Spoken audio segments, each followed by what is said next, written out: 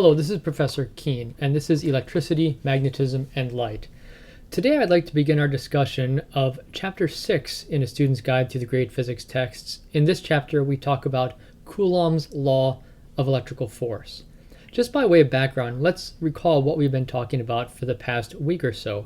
We've been studying the experiments and observations on electricity by Benjamin Franklin, which he wrote primarily as letters to friends in the 1740s, 1750s, and so on.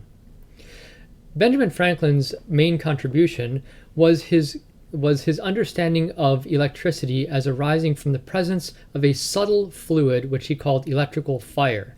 Although he himself did not come up with that idea, he did coin the terms positive and negative electricity.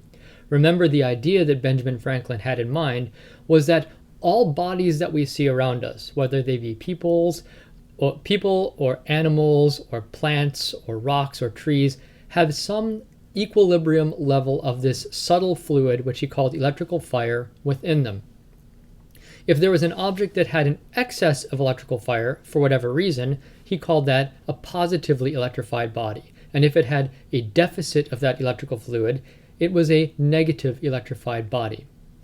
When two bodies, for instance, if you take a glass rod and a silk pad and you rub them together, when they become out of equilibrium by the glass rod collecting some of the electrical fire from the silk, and the silk rod giving up the silk pad giving up some of its electrical fire to the glass rod, they are then out of equilibrium. The glass rod is positively charged and the silk pad is negatively electrified.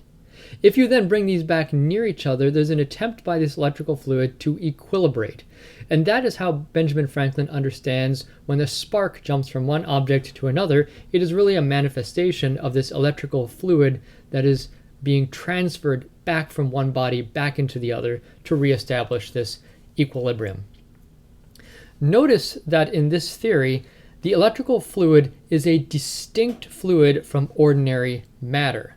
That is, it's a fluid that fills regular matter, but it's different than other kinds of matter. And notice that this is different than our contemporary view, where charged bodies, for instance the proton or the electron, they themselves are the constituents of matter, but they also are the representatives of these electrical forces. So an electron, for example, has a mass, it's a regular piece of matter, and it has an electrical charge. Now, how did Benjamin Franklin's theory of electricity account for attraction and repulsion of bodies? After all, if you think about it carefully, just because there's an attempt to equilibrate this fluid doesn't necessarily imply that the bodies that this fluid interpenetrates are going to be attracted to one another, unless, of course, you introduce kind of a coupling or an interaction between this electrical fluid and the bodies themselves. And this is Benjamin Franklin was aware of this sort of problem, and so what he did is he tried to think about electrical attraction and repulsion as due at least in part to the interaction of this fluid with bodies of matter. So perhaps parcels or little bits of this electrical fluid, he thought, naturally want to repel each other, and that might explain the repulsion of positively charged bodies from each other or negatively charged bodies from each other. After all, they each have electrical fluid within them. But parcels of electrical fluid also, he thought, might attract regular matter, particularly matter that has a deficit of electrical fluid, and that might explain the attraction of positively charged to negatively charged objects. In any way, it seems clear by the end of his letters that we've studied in this class that he might not be completely convinced himself. After all, he's trying to offer an explanation for experimental facts based on this invisible fluid. At the end of his letters, Benjamin Franklin complains that we really still lack a quantitative understanding of electricity and these electrical actions or forces that take place between bodies.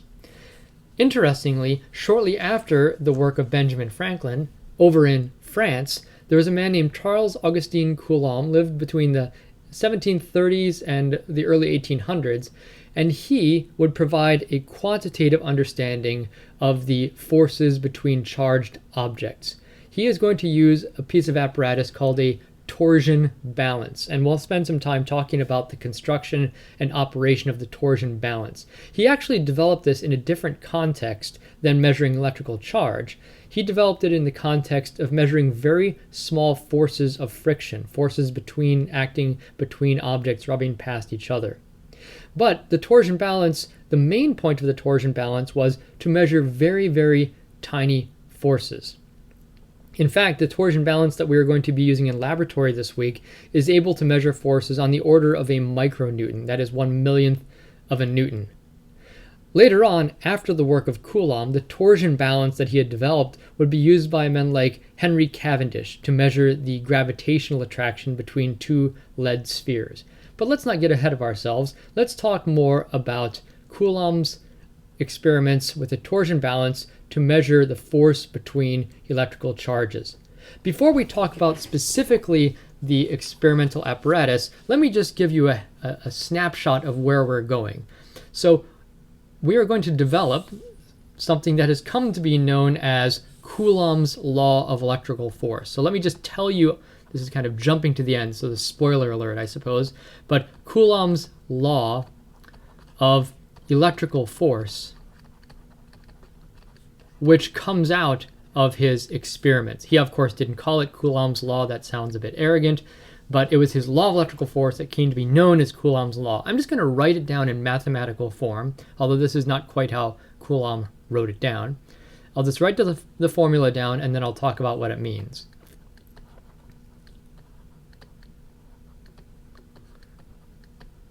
So the idea is that if you have two charged bodies, let's say this one has a charge Q1, and this one has a charge Q2. If you're a Franklinite, a follower of Benjamin Franklin, you might see these as both having an excess of electrical fire, so they're both positively charged. And let's suppose the centers of these objects are separated by a distance r. That might be 1 centimeter or 10 centimeters or 100 meters, it doesn't matter. What this formula does is it provides a way to calculate the repulsive force that Q1 exerts on Q2. So this is the force exerted by Q1 on Q2, or alternatively, it gives you a way of computing the force exerted by Q2 on Q1. So the force exerted by the charge Q2 on the charge Q1. So how big are these repulsive forces? I know I'm just sort of drawing these arrows above them, but that's meant to indicate that there's a force pushing away on this one and pushing away on that one. That can be computed using this formula right here. So again, this is the force. These Q's right here, those are the charges, the magnitude of the charges. R is the distance between these charges, and K is sometimes called Coulomb's constant. It provides kind of a measure of the strength of this force. Let's talk about the units here for a minute. In the International System of Units, which has really come to be used by the scientific community since the time of Napoleon, the units of force, so I'm going to write down, so force, when I put a square bracket around it, I mean the units of force. In the MKS, or International System of Units, using meters, kilograms, and seconds, is the Newton. The units of charge in the MKS system, again, are coulombs, if we're using the MKS system. The units of the separation between these two objects is in meters.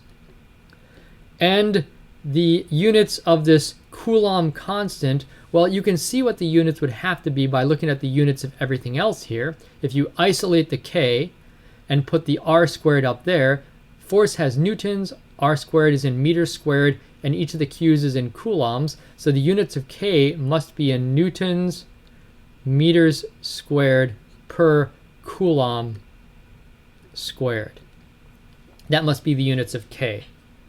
By the way, K, I don't remember what the value of K is offhand, but I do remember that K can also be written in terms of another constant of nature, 4 pi epsilon naught, and I remember what epsilon naught is. I don't know if this is the way you want to do this. You might remember K, I remember epsilon naught, but epsilon naught has has a quantity 8.854 times 10 to the negative 12th, and the units of that would be the inverse of the units of K, so it must be in coulombs. So the units of epsilon naught are coulomb squared per Newton meter squared. Epsilon naught, by the way, is sometimes called the electrical permittivity of vacuum or free space. Okay, it says something about a vacuum or free space's ability to transmit these electrical forces. Okay, and we'll come back more to this later on. So if you want to remember this number for epsilon naught, that's fine. You can always invert it to get K to plug in up here. Okay, so there, I just gave you a spoiler. I told you what Coulomb's law of electrical force is. The question is, how do we arrive at this? How does Coulomb know that this is the force exerted by one charge on another? Well, that's what we're going to be talking about in the next lecture, the experiments that Coulomb carried out using his torsion balance. It's also what we are going to be doing, as I said a moment ago, in lab this week. We are going to essentially be reproducing Coulomb's experiments using a Coulomb balance.